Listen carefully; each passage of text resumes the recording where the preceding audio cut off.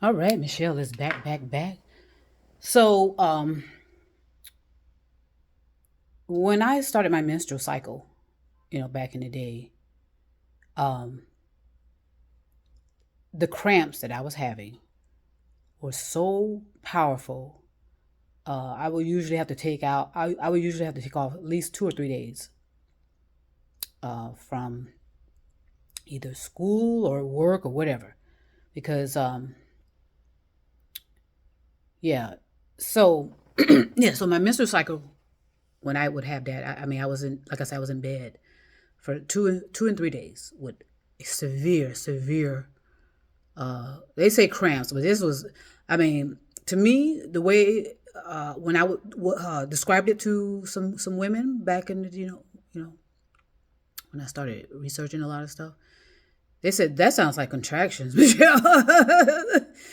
of the pain I was having. It's like contractions, and so you know how contractions feel, to women who've had them. Yeah, excruciating. Okay. So when I became 18, yeah, I went to the clinic by myself because I was 18 and I was allowed to do so because I needed some relief from the cramps because they were, even though I was able to make it to work, which is, I mean, make it to school sometimes. I think I was working, whatever. It was interfering with my life and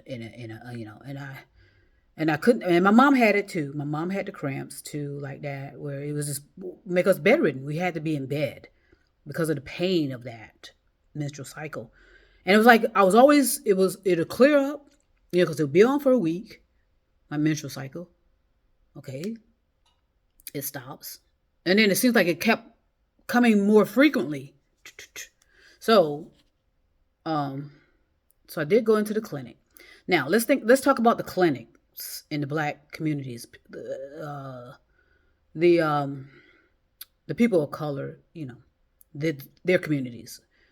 These clinics were everywhere. Remember, right?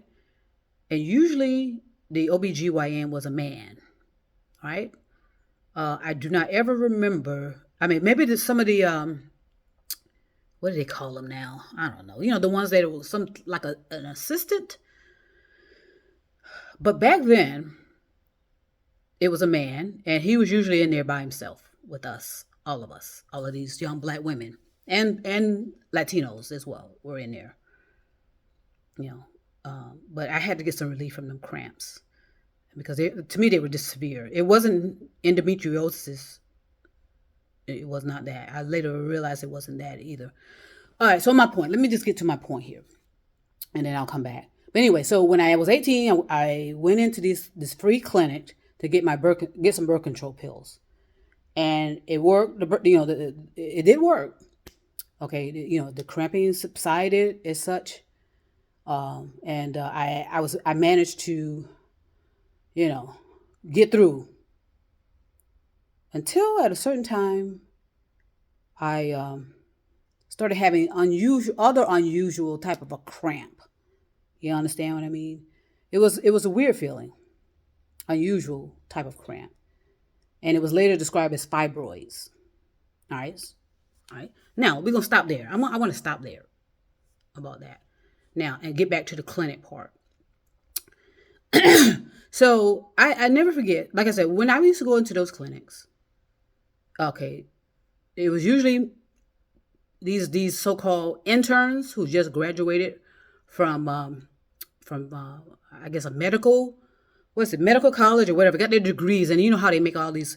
That's why I asked these intellectuals, which is the medical as well and scientific people too. I said, did you ever go back and read your thesis? When you got your degrees and what your commitment was to these so-called uh, communities of poor, which is usually people of color, and people in rural areas too. Poor people in rural areas, you know. And so, what was your commitment? Do you remember in your thesis or whatever the hell you present to get your degree, your medical degree? Have you pulled that out and dusted it off and read it and said what you would do for these communities? And I want to know, did you live up to that commitment? To service the community? Or was your intentions, did you have nefarious intentions instead? Okay. Again, let me tell you about this incident I had. Went into the clinic to get, and has anybody ever asked why they need these cells when they're all up in our ass, all up in our vaginas, and why they and remember now they've been all up in the female's vagina, and all of a sudden they wanted to put their fingers in the buttholes of men. When did that all started? Think about that. And why, and then prostate cancer. So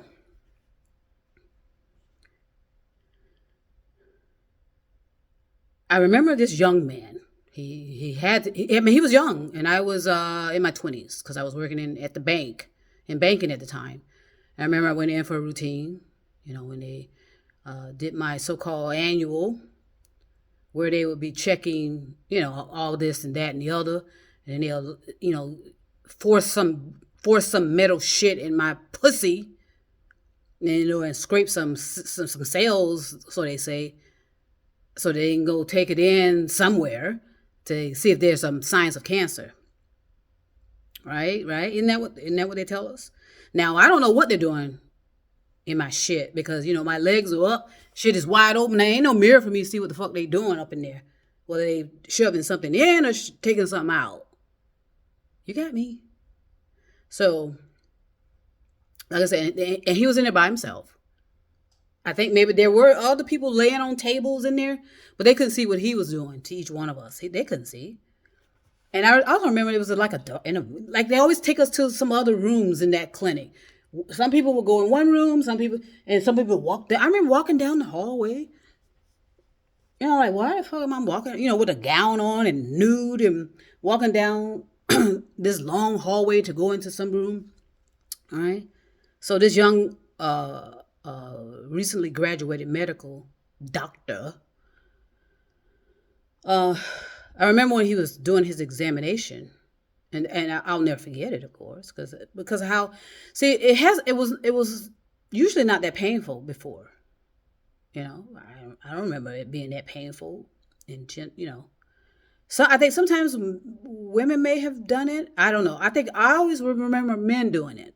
I always remember men doing these type of exams.